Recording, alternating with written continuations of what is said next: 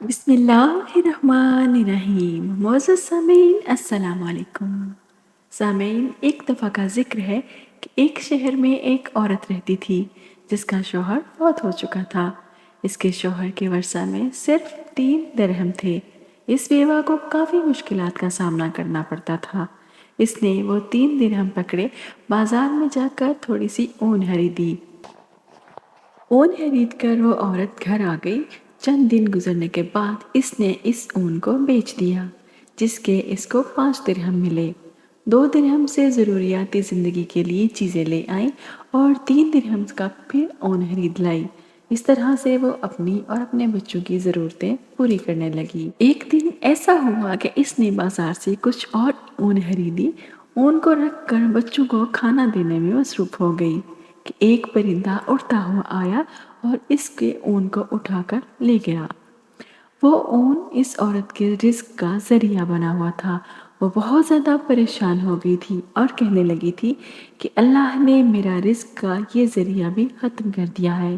اب میں کیا کروں گی اور کیسے اپنے بچوں کا پیٹ پالوں گی؟ وہ سیدھی حضرت داؤد دائی کے پاس تشریف لے گئی۔ ان کو اپنا سارا قصہ سنایا۔ حضرت داؤد دائی اس عورت کی کہانی کو سن کر بہت حیران ہو رہے تھے کہ دروازے پر کسی نے دستک دی۔ دروازے کو کھولنے پر 10 آدمی کھڑے تھے۔ آپ نے ان آدمیوں سے پوچھا کہ کیا مسئلہ ہے؟ آپ کو انہوں نے بتایا کہ ہم سمندر میں سفر کر رہے تھے کہ اچانک ہماری کشتی میں چھوٹا سا سوراخ ہو گیا اور کشتی میں پانی بھرنے لگا۔ ہمیں اپنی موت یقینی نظر آنے لگی۔ ہم سب نے مل کر اللہ تعالیٰ سے دعا کی کہ اے اللہ، ہم کو اس مشکل سے نکال دے، تو ہم سب مل کر 10,000 درہم صدقہ کریں گے۔ ہم اللہ تعالیٰ سے یہ دعا کر رہے تھے کہ ہماری کشتی میں کسی پرندے نے اون کا ایک گولا پھینک دیا۔ ہم نے اس اون کے گولے کو کشتی کے سوراخ میں بھر دیا اور اس کے اوپر صندوق رکھ دیا۔ اللہ اللہ کر کے ہم کنارے پر پہنچ ہی گئے۔ اس طرح ہم اس مشکل سے نکل کر آپ کے پاس یہاں آ گئے ہیں۔ یہاں پہنچتے ہی ہم نے کسی بزرگ کی تلاش شروع کر دی تاکہ ان کے ذریعے سے ہم اپنا صدقہ کسی مستحق تک پہنچا سکیں۔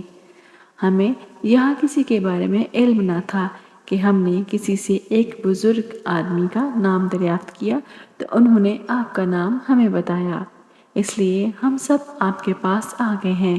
یہ لیں 10,000 درہم اور جس کو آپ ان کا مستحق سمجھتے ہیں اسے یہ رقم عطا کر دیجئے۔ حضرت داؤد دائی ان لوگوں کی باتیں سن کر بہت حیران ہوئے اور ساتھ ہی ساتھ بہت خوش بھی ہوئے۔ حضرت داؤد دائی نے 10,000 درہم پکڑے اور پاس ہی بیٹھی اس عورت کو دے دیے اور اس سے کہنے لگے کہ دیکھو، اب بتاؤ ہمارا رب رحم دل ہے یا ظالم؟ بیوہ خاتون داؤد دائی کے چہرے کی طرف دیکھتی رہی اور رو رو کر اپنے رب کائنات کا شکر ادا کرنے لگی۔ ہمیں چاہیے کہ اللہ تعالیٰ کی ذات پر بھروسہ کریں اور اس کی ذات پر یقین رکھیں۔ وہ ہر کسی کو اس کی طاقت سے زیادہ آزماتا نہیں ہے۔ حضرت داؤد دائی اپنے وقت کے بڑے اللہ کے پیارے بندے تھے۔ آپ کو آپ کی رحم دلی کی وجہ سے لوگ یاد کرتے تھے۔ آپ اللہ تعالیٰ کے بڑے ولی اور خدا ترس انسان گزرے ہیں۔ 20 سال تک آپ امام اعظم کی خدمت میں صرف کر کے علم سے فیض یاب ہوتے رہے۔ آپ امام صاحب کے سب شاگردوں میں سے بڑا درجہ حاصل کرنے والے آدمی تھے۔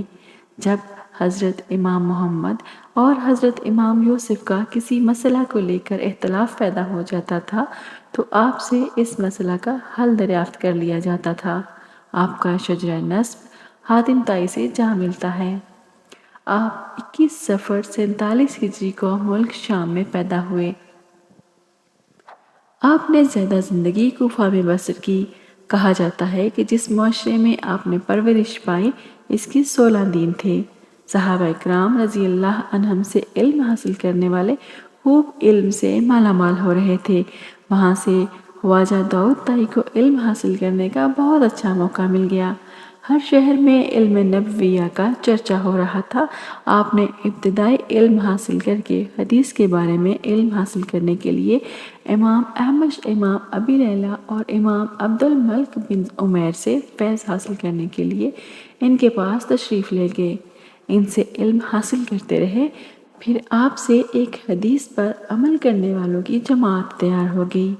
علم حدیث پر غور حاصل کرنے کے بعد خلیفہ مہدی کے دور میں بغداد میں تشریف لے گئے۔ پھر کوفہ واپس آنے کے بارے میں خیال کیا۔ حضرت ابو حنیفہ کی جماعت میں شامل ہو گئے تھے۔ 20 سال تک اس جماعت کے ساتھ منسلک رہے۔ علم فقہ پر عبور حاصل کیا۔ آپ خواجہ حبیب رائی کے پاس آئے، یہاں ان کے ہاتھ پر بیعت کر لی۔ یاد رہے کہ حضرت حبیب رائی حضرت حسن بصری کے مرید تھے۔ ایک دفعہ کا ذکر ہے کہ ایک آدمی آپ کی خدمت میں حاضر ہوا اور کہنے لگا کہ آپ کی چھت کا ایک شتیر ٹوٹ گیا ہے۔ آپ نے کہا، اے میرے پیارے، میں نے 20 سال سے اپنی چھت کی طرف نظر ہی نہیں کی۔ جب آپ کے والد کا وصال ہوا تو 80 درہم اور ایک مکان ورثہ میں ملا تھا۔ وہ درہم ساری عمر تک آپ سے ختم نہیں ہونے پائے۔ آپ اس مکان کے ایک کمرے میں بیٹھ جایا کرتے تھے، جب وہ گر گیا تو دوسرے میں بیٹھ جایا کرتے تھے، جب وہ بھی گر گیا تو تیسرے میں بیٹھ کر زندگی بسر کرنے لگے۔ کہا جاتا ہے کہ ایک نوکرانی نے کہا، آپ کے لیے گوشت کا اچھا سا سالن نہ بنا لوں؟ حضرت داؤد دائی نے جواب دیا، جی تو میرا بھی یہی کرتا ہے۔ اس نوکرانی نے گوشت بہت مزیدار تیار کر کے آپ کے سامنے پیش کیا تو آپ فرمانے لگے کہ فلاں آدمی کے بچے کہاں ہیں؟ نوکرانی نے جواب دیا، اے آقا، یہیں پر ہی ہیں۔ تو آپ نے فرمایا، یہ گوشت ان بچوں کو دے آؤ۔ نوکرانی نے کہا کہ آپ بھی اس گوشت سے کچھ کھا لیجئے۔ تو آپ نے فرمایا کہ یہ گوشت کھا کر بھی گندگی بن کر کوڑے میں ہی جانا ہے۔ اگر میں یہ کھانا یتیم بچوں کو کھلا دوں گا تو یہ اللہ تعالیٰ کی بارگاہ میں مقبول ہو جائے گا۔ سارا سالن یتیم بچوں کو بھجوا دیا اور خود عام معمول کی خوراک کھا لی۔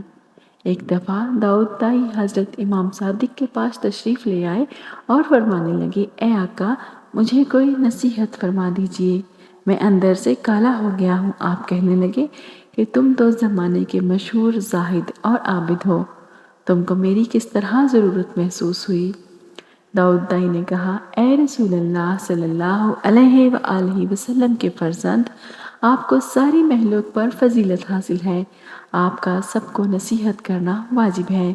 آپ نے فرمایا، اے داؤد دائی، میں ہمیشہ اس کام سے دور رہتا ہوں، ایسا نہ ہو جائے کہ میں کسی کو ایسی نصیحت کر دوں جو قیامت کے دن مجھے اس کا حساب ادا کرنا پڑے۔ یہ بات سن کر داؤد دائی روتے ہوئے فرمانے لگے کہ اے مرشد، اگر آپ ہی اپنے آپ کو اس قابل نہیں سمجھتے تو میں کس بات کی مولی ہوں؟ میں زاہد اور عابد ہونے پر کس طرح بھروسہ کر سکتا ہوں کہ میں اللہ تعالیٰ کا نیک آدمی ہوں؟ اللہ تعالیٰ سے دعا ہے کہ ہم سب کو نیک اعمال کرنے کی توفیق عطا فرمائے اور سنت نبی صلی اللہ علیہ وآلہ وسلم پر عمل پیرا ہونے کی توفیق عطا فرمائے، آمین۔ سامعین، کمنٹ باکس میں آمین ضرور لکھیے، اور اگر آپ کو میری ویڈیو اچھی لگی ہے تو اسے دوستوں کے ساتھ ضرور شیئر کیجیے اور لائک کیجیے۔ اگر آپ میرے چینل پر نئے ہیں تو اسے ابھی سبسکرائب کر لیجیے اور بیل آئیکن کو ضرور دبائیے تاکہ آپ کو مزید معلوماتی ویڈیوز بر وقت ملتی رہیں۔ اپنا اور دوسروں کا بہت سارا خیال رکھیے۔ زہرا آپا کو اجازت دیجیے، پھر ملیں گے انشاءاللہ۔ اللہ حافظ۔